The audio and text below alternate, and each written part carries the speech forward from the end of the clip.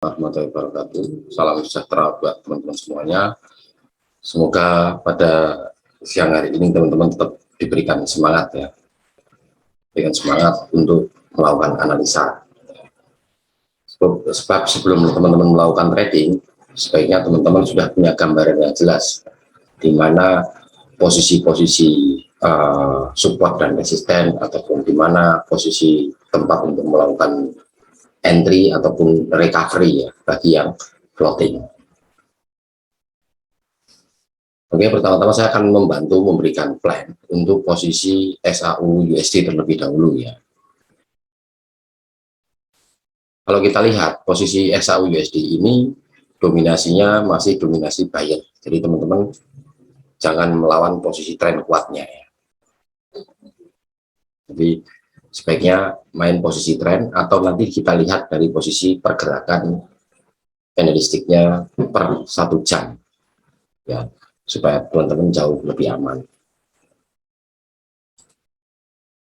Ini untuk SAU USD terlebih dahulu.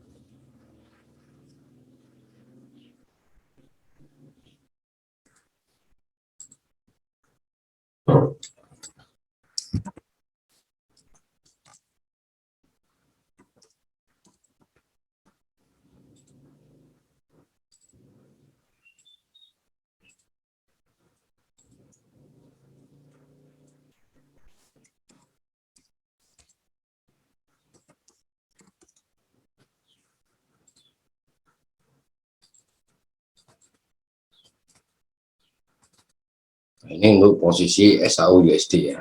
Jelas kalau posisi tren itu masih dominasi oleh tren buyer ya. Jadi situasi seperti ini teman-teman jauh lebih mudah ya untuk menganalisanya. Jadi posisi nanti akan terjadi perubahan arah sell itu kalau sudah melakukan breakout di ini posisinya 1926 ya.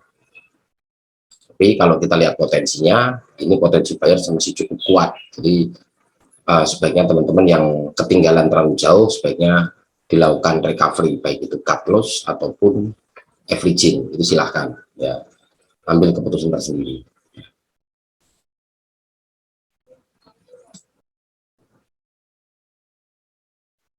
Kemungkinan akan proses berjalannya dia akan menyentuh posisi S2 ya. Tapi tetap potensi kekuatannya masih ke potensi ke posisi buyer ya. Jadi dia akan naik ke atas ya. Ya, ke atasnya sampai mana kita pun nggak tahu, tapi yang jelas secara probabilitas ini posisinya masih didominasi oleh posisi buyer. Jadi teman-teman jangan terlalu berharap banyak untuk posisi yang tertinggal sell terlalu jauh ya, apalagi sampai 1917, 1913 ini tinggal tergantung ketahanan dari modal masing-masing. Dan saya tidak menganjurkan untuk posisi yang model-model seperti itu, karena ini modalnya cukup besar. Saya tidak berani karena saya modalnya modal recehan, modal kecil ya, jadi saya hanya bermain pendek-pendek saja. Oke, ini untuk plan SAU USD. Kemudian kita masuk ke GBP USD.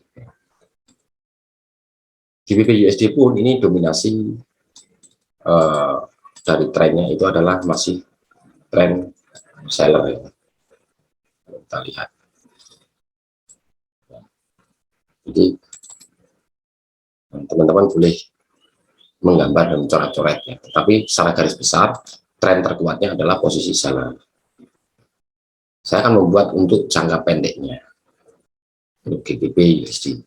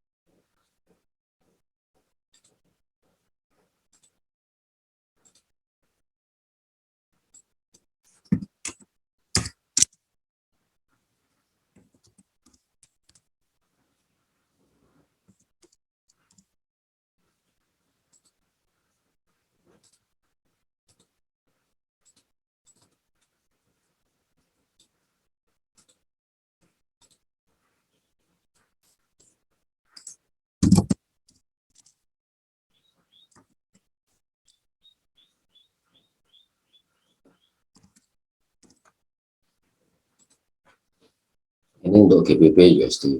Jadi kalau GBP USD jelas tadi sudah saya sampaikan di depan bahwa trennya masih didominasi oleh tren seller. Nanti seandainya nanti dia naik ke atas sampai posisi R2, teman-teman tinggal memantau saja apakah dia akan terjadi reversal atau tidak. Kalau misalnya terjadi reversal, maka teman-teman bisa ikut sell-nya jauh lebih aman. Nah, saya tidak mengatakan di posisi R3 harus sell, gitu tidak. Lihat price action-nya. Jadi harga yang terjadi di akhir sebelum kita mengambil keputusan. Sebelum kita mengambil sebuah keputusan. Ini untuk GBP USD. Jadi teman-teman sebaiknya jangan ikut-ikutan, gunakan logika trading teman-teman sendiri. Kalau saya mengatakan ini posisi sell, maka logika teman-teman, oh ini ngawur, ini nggak mungkin, karena ini masih posisi price action-nya masih posisi naik. Ya. Jadi teman-teman harus bisa menjadi trading seorang trader yang mandiri, jangan ikut-ikutan. Jadi punya konsep yang jelas ya, untuk melakukan trading. Sekarang kita masuk ke Euro USD.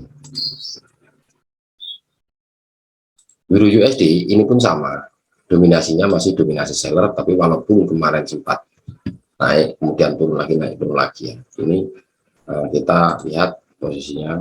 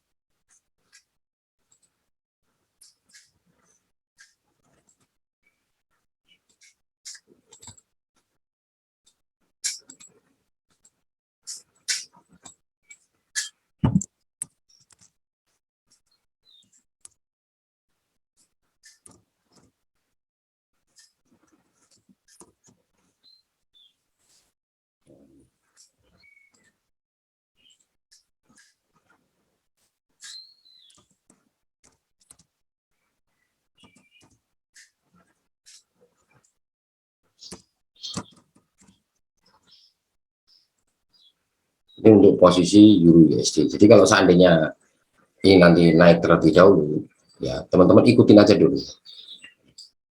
Kalau kita gambarkan secara probabilitas dari perbandingan harga sebelumnya, maka potensinya bisa turun ke bawah, break ke bawah, ya, turun ke bawah, sell. Teman-teman tinggal memperhatikan ini aja, posisi tren awalnya saja. Ya. Kalau misalnya ternyata ini break dari R2, maka teman-teman jangan entry sell, tunggu lagi di posisi R3, atau teman-teman boleh ikut dulu R2-nya untuk breakout buyer. Tapi ini hanya rencana ya, rencana kerja. Jadi teman-teman dari rencana ini nanti teman-teman melakukan evaluasi per gerakan per 1 jamnya atau price actionnya yang terjadi dalam 1 jam. Ini untuk Euro USD. Dan kemudian kita masuk ke USD JPY. Sudah saya sampaikan seperti kemarin ya, bahwa trennya masih tetap didominasi oleh tren buyer. Dan ini tinggal nanti akan mengalami pengujian di sini. Ini.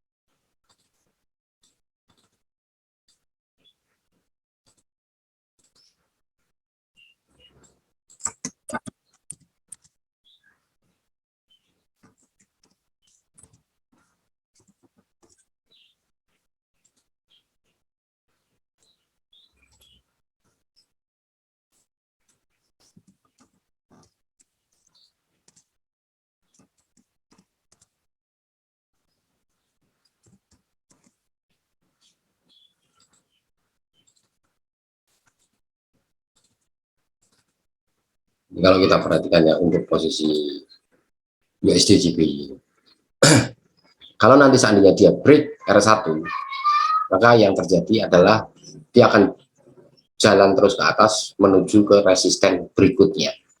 Ya. Jadi ini hanya saya gambarkan seperti ini karena artinya ini cukup mudah sekali trennya untuk dibaca. Ya.